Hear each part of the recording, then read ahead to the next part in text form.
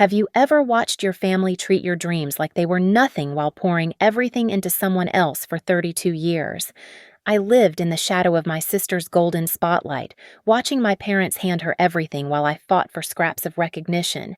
But when they crossed the ultimate line trying to steal the one thing my grandmother left me, I did something they never saw coming. I sold it right out from under them, and it changed everything forever. My name is Rachel Monroe, and I'm 32 years old, working at a creative PR firm called Skyline Strategies in downtown Chicago. But this story isn't about my career or the city life I've built for myself. This story is about a weathered two-story country home with peeling white paint and a wraparound porch that sits on 15 acres of rolling meadow about 2 hours north of the city. That house was my sanctuary. My grandmother Margaret left it to me when she passed away 3 years ago, and it was the only place in this world where I'd ever felt truly wanted, truly valued for who I was instead of who I wasn't compared to my sister. I still remember the first time Grandma Margaret brought me there. I was 7 years old, already developing that familiar knot in my stomach that came from watching my parents fuss over my younger sister Haley while treating my accomplishments like background noise. Margaret had noticed she always noticed things others missed. "Come on, sweetheart," she'd said that crisp October morning, helping me into her old Ford pickup. "Let's go somewhere where you can just be yourself." The house had belonged to her and my grandfather before he died, a place they'd bought in 1968 with dreams of retiring there together. When we pulled up that first day, I saw a girl's paradise, an old tire swing hanging from a massive oak tree, a vegetable garden with tomatoes still heavy on the vine, and a kitchen that smelled like cinnamon and vanilla. Over the next 15 years, until I left for college, I spent every summer there and most weekends when school allowed. Margaret taught me how to make her famous apple pie from scratch, showed me which wildflowers made the best bouquets, and let me help her tend the garden that produced the most incredible tomatoes and zucchini you've ever tasted. But more than that, she listened, really listened. When I told her about making honor roll, she'd beam with pride and hang my report card on the refrigerator. When I shared my dreams of working in communications, she'd ask thoughtful questions about what kind of stories I wanted to tell. When I cried about feeling invisible at home, she'd pull me onto the porch swing and remind me that self-respect and dignity mattered more than anyone else's approval. "You remember this, Rachel," she'd say on those summer evenings, watching fireflies dance across the meadow. "You don't need anyone's permission to value yourself. Sometimes the people who should love you most are the ones who see you least clearly." The house became my refuge in ways I couldn't fully appreciate until I was older. While my parents were busy financing Haley's latest whims or smoothing over her newest crisis, I had this place where I mattered, where my thoughts had weight, where someone believed I was enough exactly as I was. When Margaret died suddenly of a heart attack at 81, I thought I'd lost the only person who truly understood me. Reading her will felt like getting one last hug from beyond the grave. She'd left the house to me specifically, with a handwritten note that said, "For Rachel, who knows the value of a real home? Take care of our sanctuary." Not our family's sanctuary, not a place for everyone to share. Our sanctuary, hers and mine. I'd driven up there at least twice a month since inheriting it, sometimes just to sit on that porch swing and remember what it felt like to be somebody's favorite. I'd maintained the garden, painted the trim, and replaced the old appliances with energy-efficient models. Every dollar I put into that place felt like honoring Margaret's memory and preserving the only space that had ever truly belonged to me. The house wasn't just wood and brick and memories. It was proof that someone had seen my worth when everyone else looked right through me. It was the foundation of my identity in a family that had spent decades making me question my value. I never imagined that the very people who'd made that house so necessary would try to take it away from me. My parents, Thomas and Elaine Monroe, had perfected the art of favoritism so thoroughly that I sometimes wondered if they'd taken classes in it. My father worked as a regional sales manager for a pharmaceutical company, while my mother taught elementary school both respectable, middle-class jobs that should have provided equally for both their daughters. Should have. Instead, Every family resource seemed to flow in one direction toward my sister Haley. Haley was 29, 3 years younger than me, and possessed that effortless charm that made people want to help her even when she was clearly in the wrong. She had our mother's blonde hair and bright blue eyes, and she'd learned early how to weaponize her smile to get whatever she wanted. Where I was studious and serious, Haley was spontaneous and bubbly. Where I planned and saved and worked for everything I achieved, Haley dreamed big and expected others to make those dreams come true. The pattern started early. When I made straight A's in middle school, my parents would nod approvingly and remind me that good grades are expected, not exceptional. When Haley brought home C's and D's, they'd celebrate her 1B- like she'd discovered the cure for cancer. I paid for my own college through scholarships, work-study programs, and student loans that I'm still paying off. Haley's education was fully funded by our parents, including the extra year she needed because she'd changed majors 3 times. After college, the disparity only grew worse. I found a job immediately and moved to Chicago, determined to build something for myself. Haley spent 2 years finding herself through a series of expensive endeavors that our parents cheerfully bankrolled. There was the photography phase, complete with professional equipment that cost more than my first car, the yoga instructor certification that required a 3-month retreat in Costa Rica, the brief attempt at becoming a food blogger, which somehow necessitated a complete kitchen renovation at our childhood home. Each failure was met with unconditional support and immediate funding for the next great adventure. When Haley announced she wanted to start an organic skincare company, our parents liquidated part of their retirement fund to give her $40,000 in startup capital. The business folded within 8 months, but instead of hard lessons about responsibility, she received sympathy and assurances that the next venture would be different. Meanwhile, when I'd asked for help with a down payment on my first apartment, I was told that I needed to learn to stand on my own 2 feet. When I mentioned wanting to pursue a master's degree to advance my career, the response was that additional education should be self-funded to ensure I was truly committed. The double standard wasn't just financial. Family gatherings revolved around Haley's latest drama or achievement. Holiday conversations centered on her needs, her goals, her problems. I could announce a promotion at work and get a distracted, "That's nice, honey," before the discussion immediately shifted back to whether Haley needed help moving into her new apartment or financial support for her latest business idea. The most painful part wasn't even the money, it was the message behind every decision. With each choice to prioritize Haley's wants over my needs, my parents were essentially saying that her happiness mattered more than mine, that her dreams were worth investing in while mine were worth a pat on the head, that she deserved unconditional support while I deserved conditional approval based on how little I asked for. I'd tried addressing it directly a few times over the years. During a family dinner 3 years ago, I'd finally worked up the courage to ask why Haley received so much financial help while I was expected to handle everything alone. My mother's response was immediate and sharp. "Haley needs more support because she's more sensitive. You've always been self-sufficient. Rachel, we know you can handle things on your own."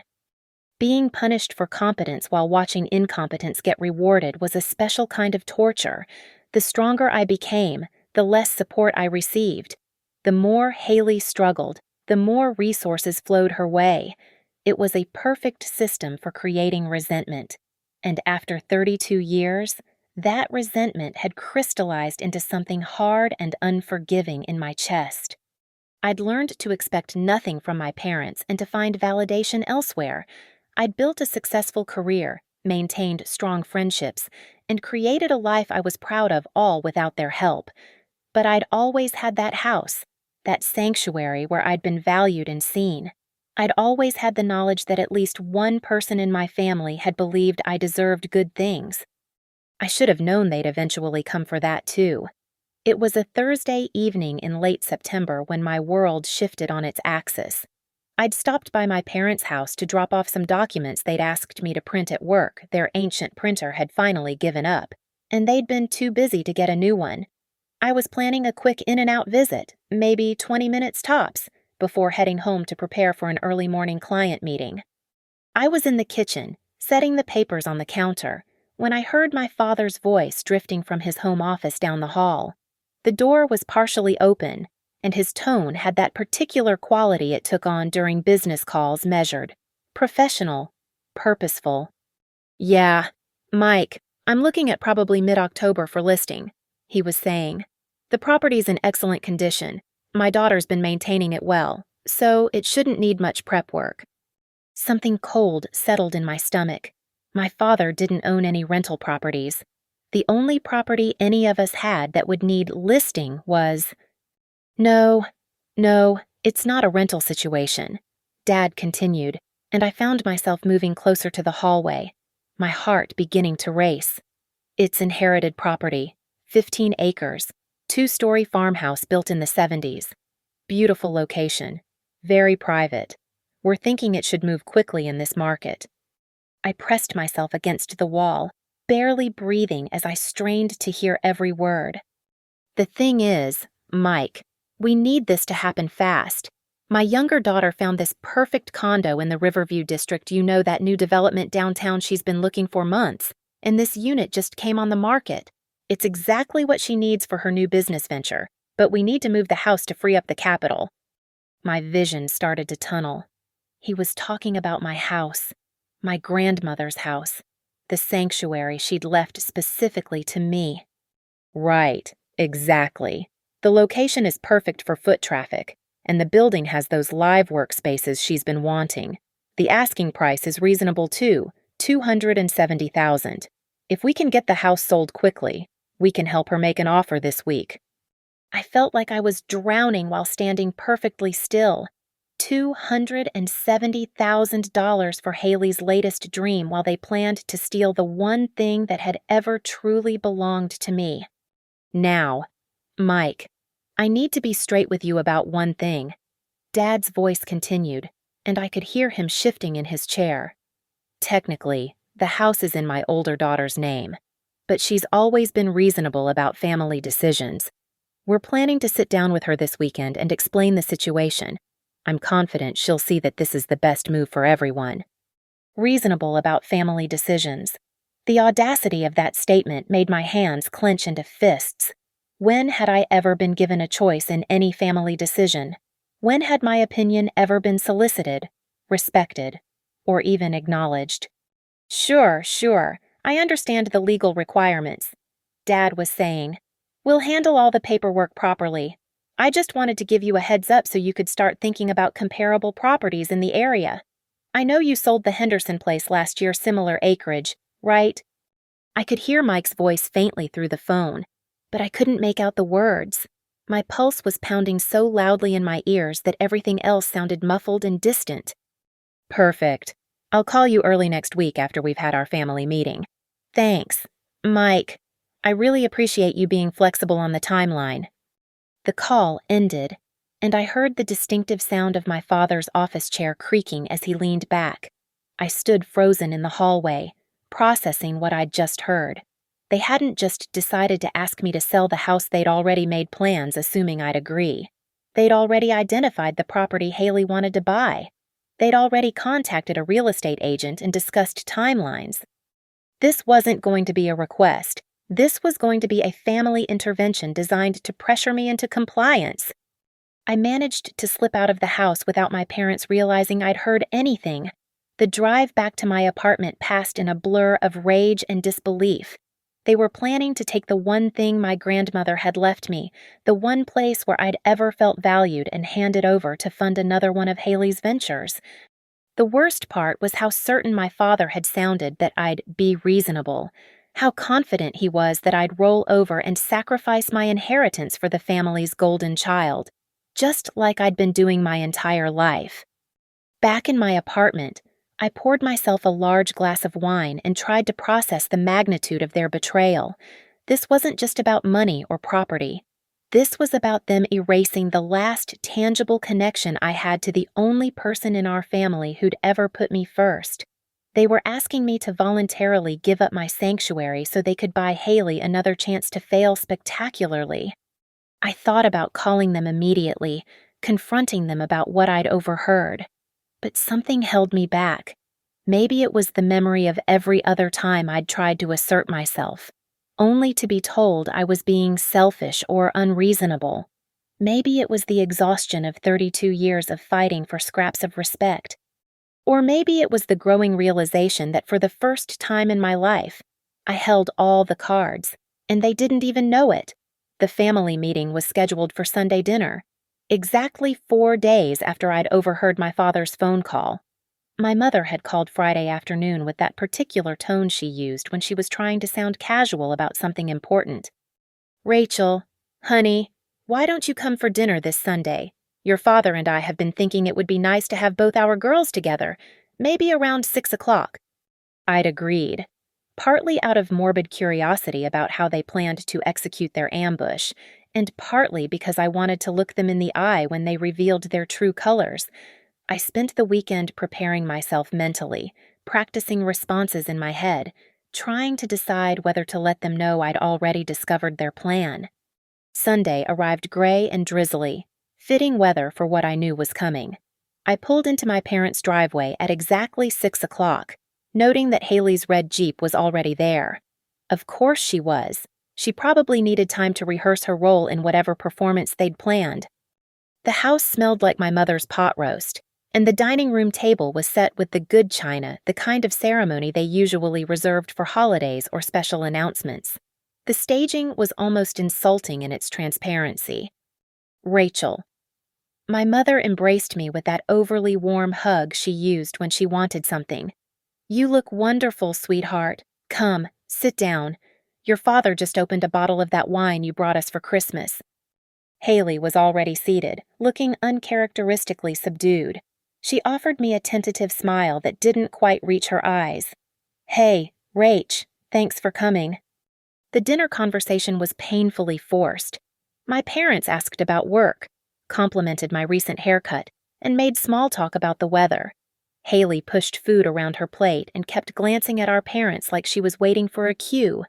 The tension was so thick I could have cut it with my steak knife. Finally, as my mother served dessert my grandmother's apple pie recipe, which felt like adding insult to injury, my father cleared his throat in that deliberate way that meant he was about to make a speech. "Girls, your mother and I asked you both here tonight because we have something important to discuss as a family."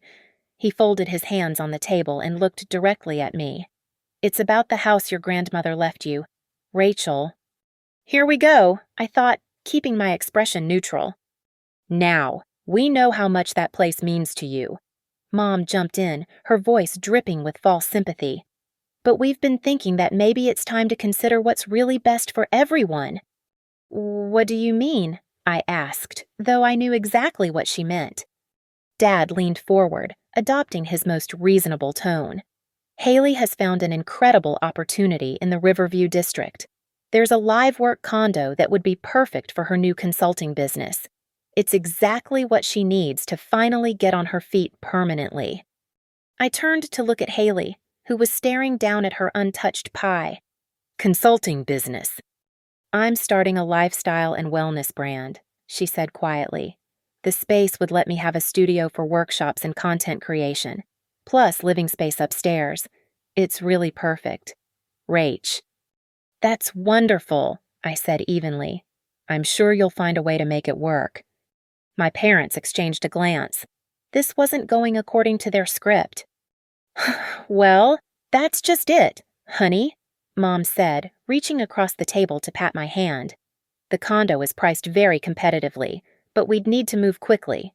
And frankly, we think this might be a good opportunity for you too." "How so?" Dad took a breath. "That house is a lot of responsibility for someone with your lifestyle.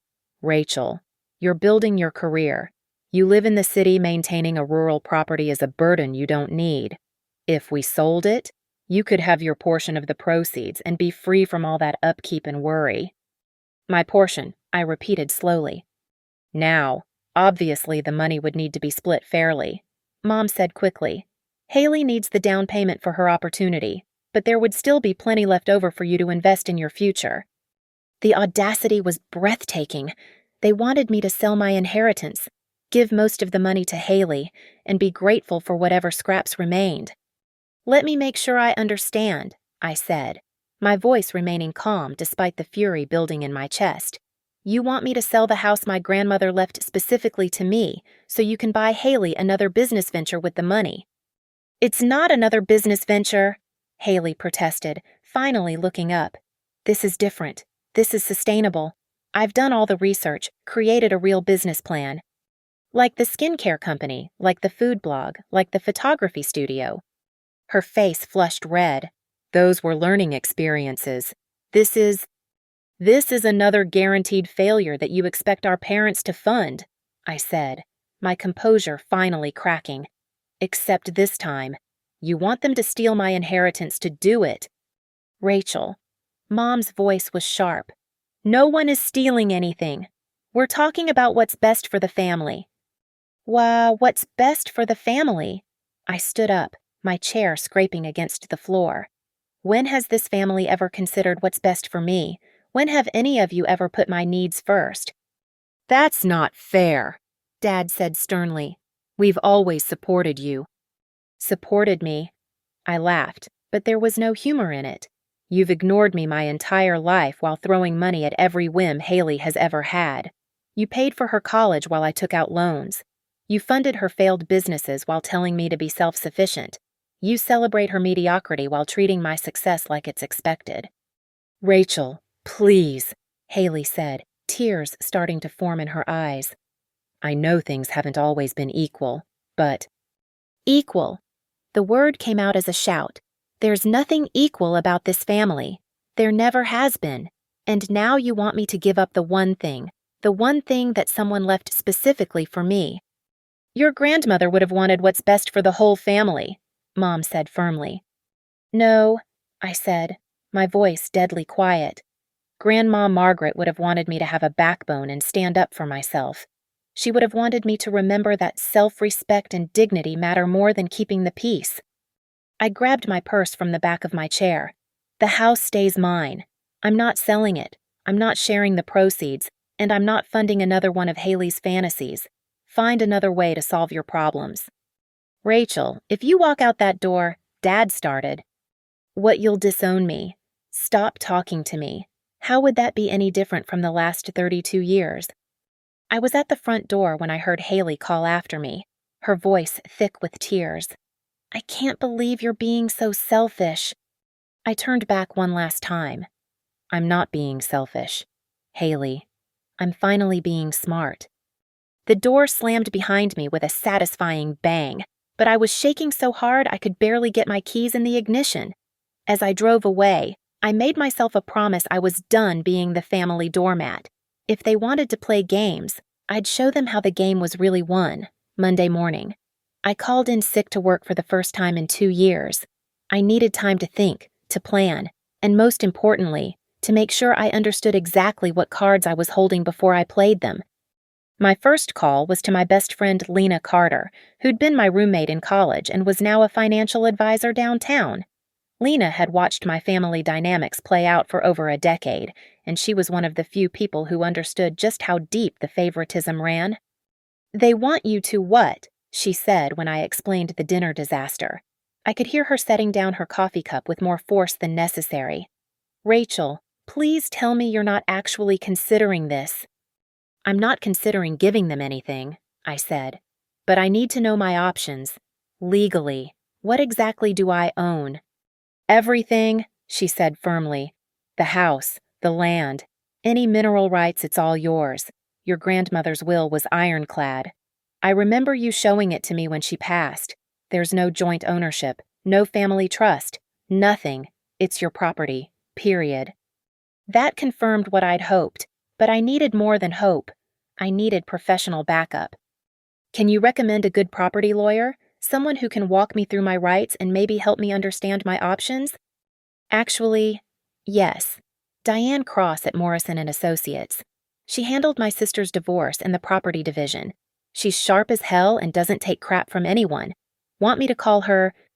Within 2 hours, I was sitting in Diane Cross's office on the 32nd floor of a downtown building, looking out at Lake Michigan while she reviewed copies of my grandmother's will and property deeds. Diane was exactly what I'd hoped for, a woman in her 50s with silver hair, sharp eyes, and the kind of confidence that came from winning battles in courtrooms. She looked up from the documents with a slight smile. "So this is refreshingly straightforward," she said. "You own this property outright, with no encumbrances, no liens, and no obligations to anyone else. Your family has exactly zero legal claim to this house or any proceeds from its sale. What if they tried to challenge that somehow? On what grounds?" Diane spread the papers across her desk. "Your grandmother was of sound mind when she wrote this will. It was properly witnessed and executed. She specifically named you as the sole beneficiary of this property. Unless they can prove undue influence or mental incapacity, which they can't. Given that this will was written 3 years before her death when she was clearly competent, they don't have a leg to stand on." I felt something tight in my chest begin to loosen. "So, if I wanted to sell the property?" "You could do it tomorrow if you wanted. You don't need anyone's permission, signature, or blessing.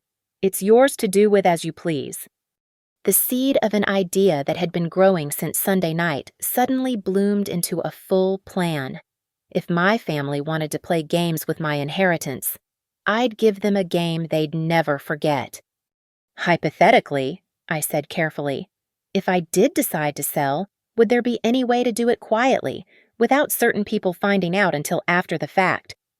Diane's eyebrows rose slightly, but her expression remained professional.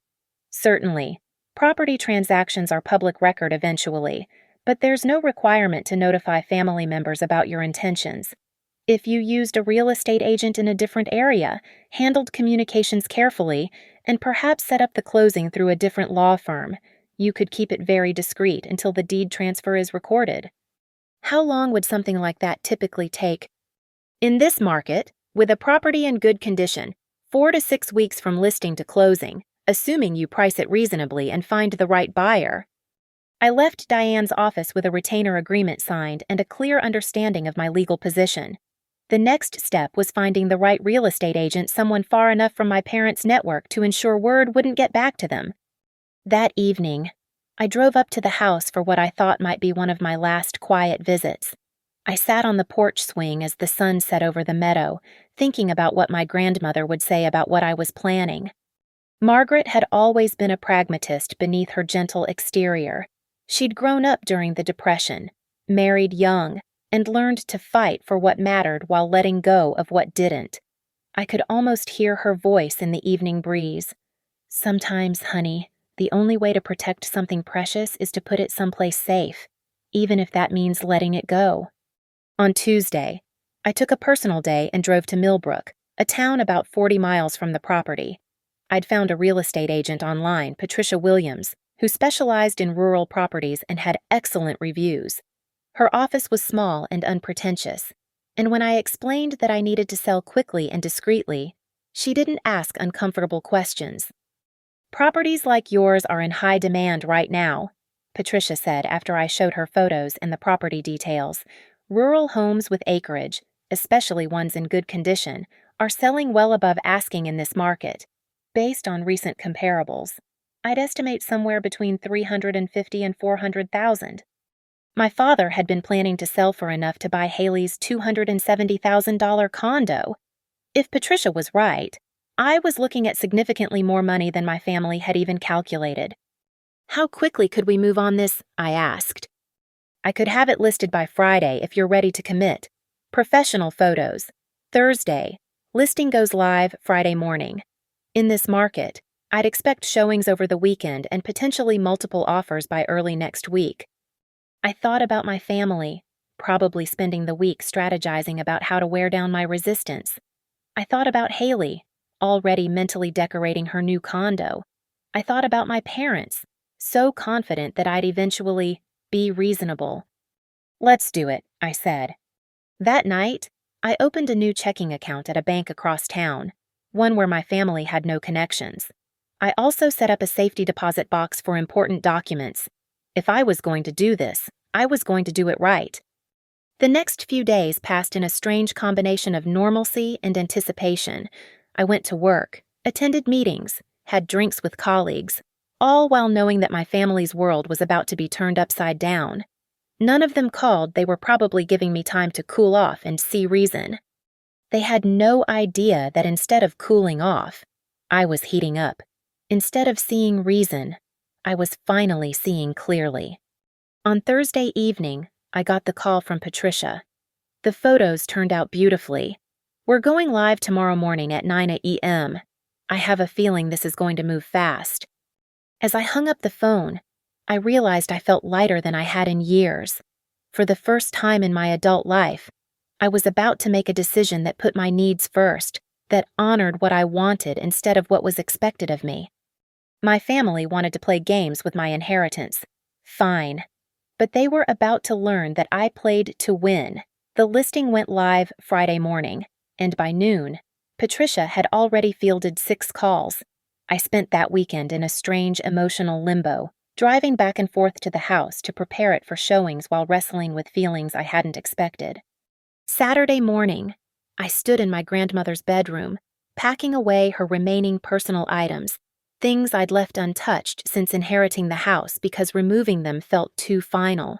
Her jewelry box with the dancing ballerina that had fascinated me as a child, the leather-bound journal where she'd written down family recipes and gardening notes, the quilt she'd made by hand during the long winter months, each square telling a story of fabric scraps saved from family clothes over the decades. As I folded the quilt, a piece of paper fell out from between the folds. It was a letter in my grandmother's careful handwriting, dated just a few months before she died. "My dearest Rachel," it began. "If you're reading this, then you've found what I hoped you'd find when you needed it most.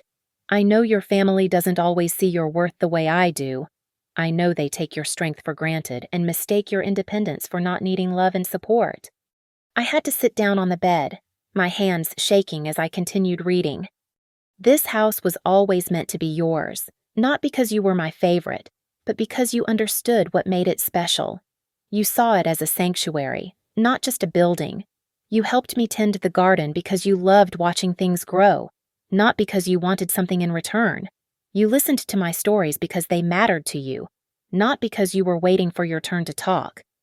Tears were streaming down my face now.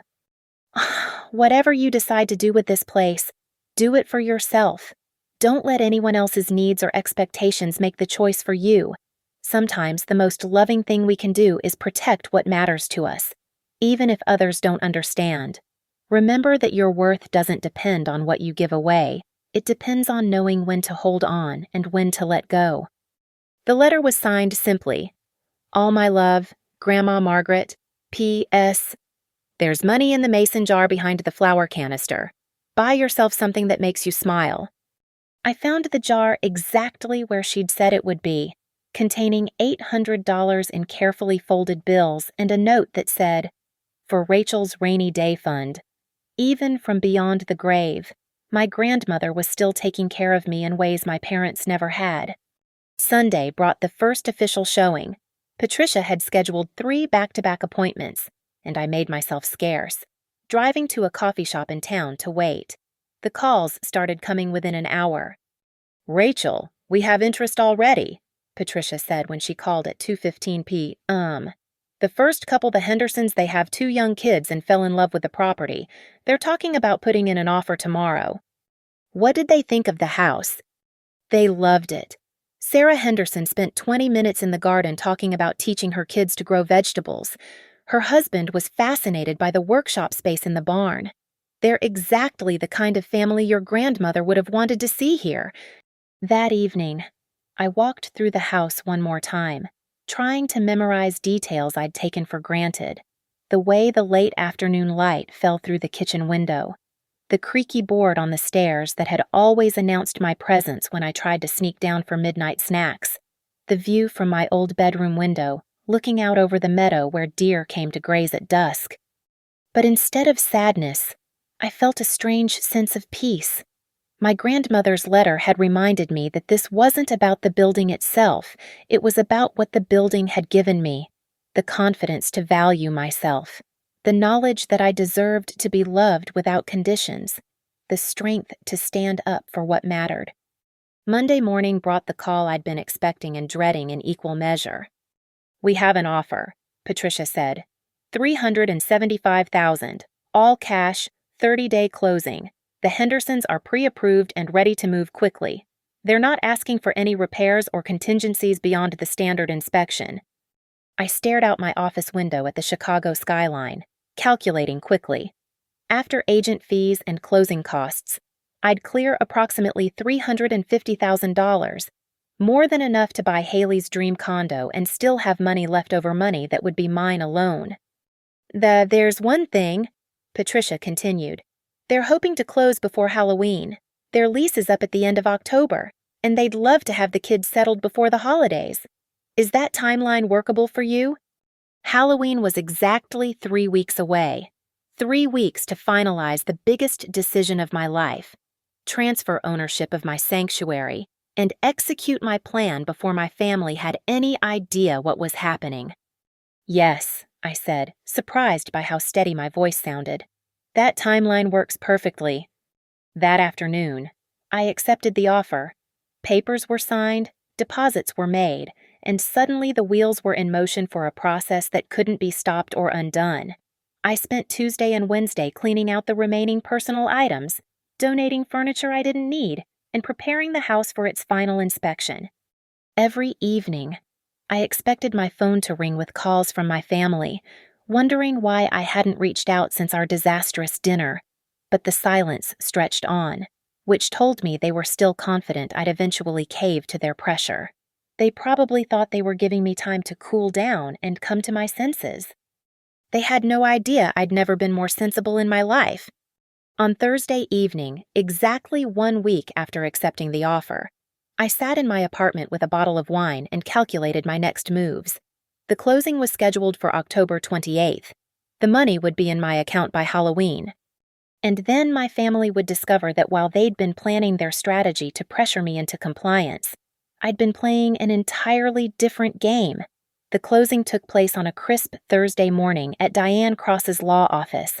I sat across from the Hendersons, Sarah and Michael, with their 7-year-old daughter Emma and 4-year-old son Jake, and watched them sign document after document with the kind of excitement that comes from finally finding exactly what you've been looking for.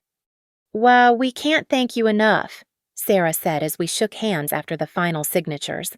"Emma is already planning her vegetable garden for next spring. She wants to grow pumpkins like the ones we saw in your grandmother's old photos." The irony wasn't lost on me that this family valued the house's history and potential in ways my own family never had. They saw it as a place to build memories, not as a commodity to be liquidated for someone else's benefit.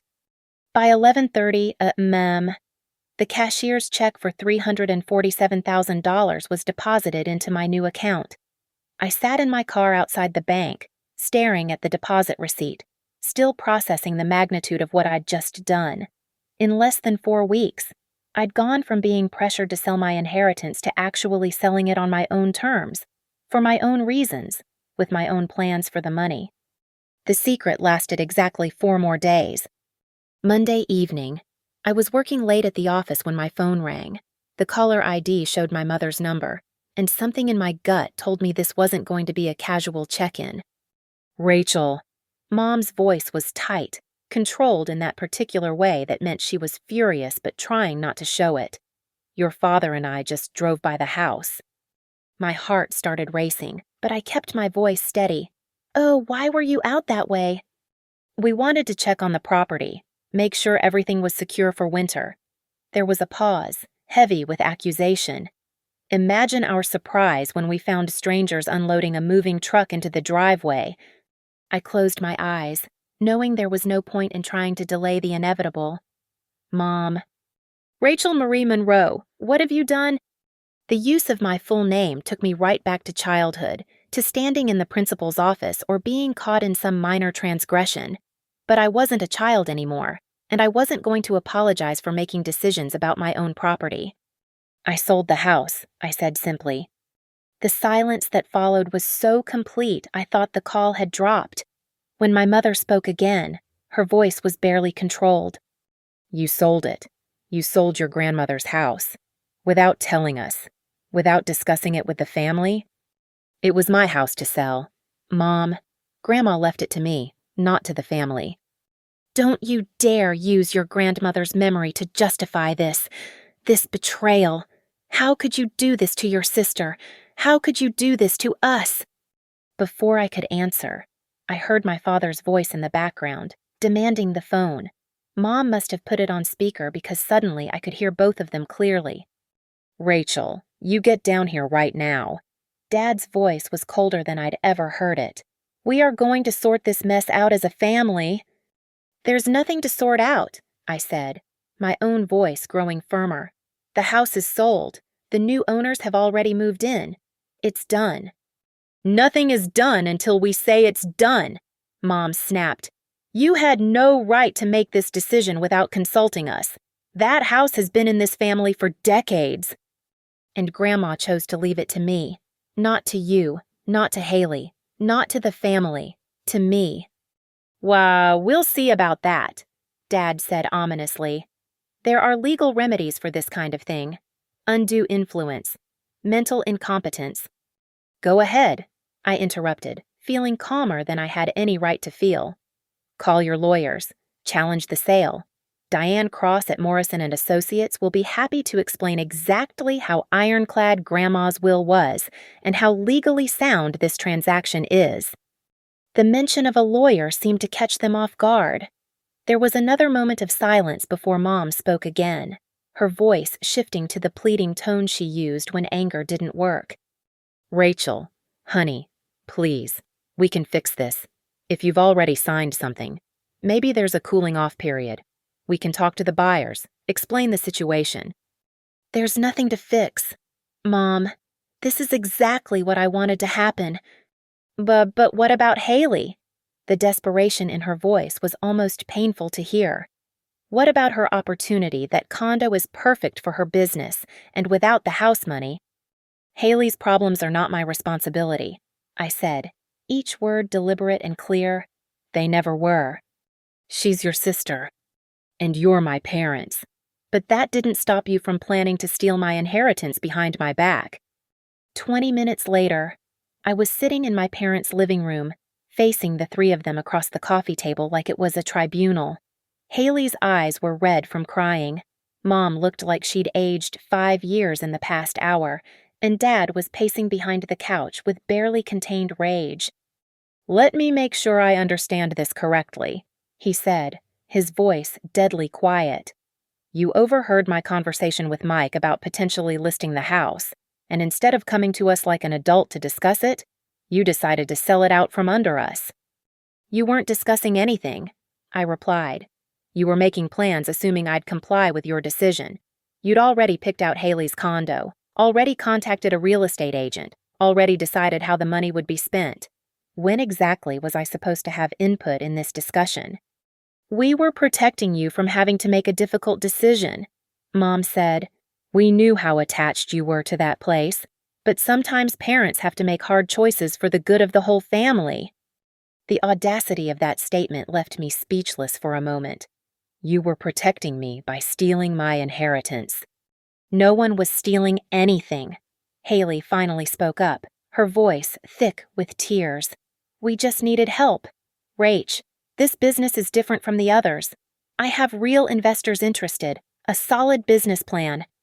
You've had a solid business plan every time, Haley, and every time it's failed, and Mom and Dad have bailed you out.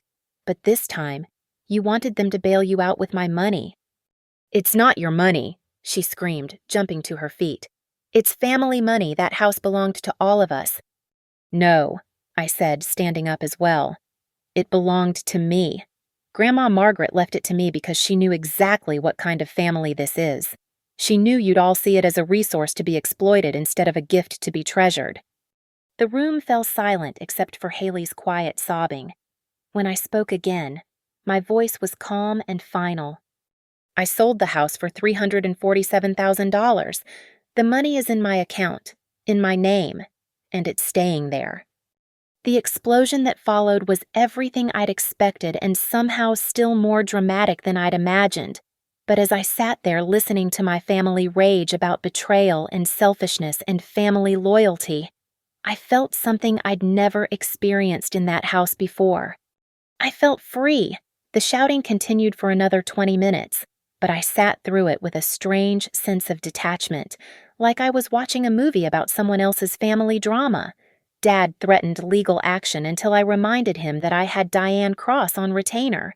Mom cycled through guilt, anger, and bargaining. Haley alternated between sobbing about her ruined dreams and screaming about my selfishness. Finally, when they'd exhausted themselves, I stood up and delivered the words I'd been rehearsing for weeks. "I want you all to understand something," I said, my voice cutting through Haley's sniffling. "This isn't about the money. This is about 32 years of being treated like my feelings, my dreams, and my needs don't matter." "That's not true," Mom protested weakly.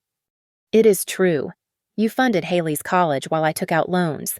You bankrolled every one of her failed businesses while telling me to be self-sufficient. You celebrated her mediocrity while treating my success like it was expected. And when I finally had something that was truly mine, you planned to take that too." I walked over to my purse and pulled out a folder of documents I'd prepared for this moment. "So this is a breakdown of every dollar you've given Haley over the past 10 years, I said, setting it on the coffee table. "Student loans, business investments, rent money, car payments, credit card debt you've paid off. The total is $238,000. Dad leaned forward to look at the papers, his face growing pale as he scanned the numbers. "This is also a list of every time I asked for help and was told no," I continued, placing a second document down. "The apartment down payment I needed when I was 25. The graduate school tuition I wanted help with at 27. The emergency room bill when I broke my wrist and didn't have insurance yet. Total requested over 10 years, $12,000. Total received 0. The room was completely silent now. "So, when you talk about family loyalty and sharing resources, remember that this family has only ever flowed resources in one direction. You taught me that I couldn't depend on you for anything, and now you're angry that I've learned the lesson so well." "Rachel, please," Haley said quietly. "I know I've gotten more help, but I needed it. You've always been stronger, more capable." "I became stronger and more capable because I had to," I cut her off. "Because nobody was going to do it for me. And you know what I'm grateful for that now. Because it means I don't need any of you to validate my decisions or approve of my choices." I picked up my purse and headed for the door.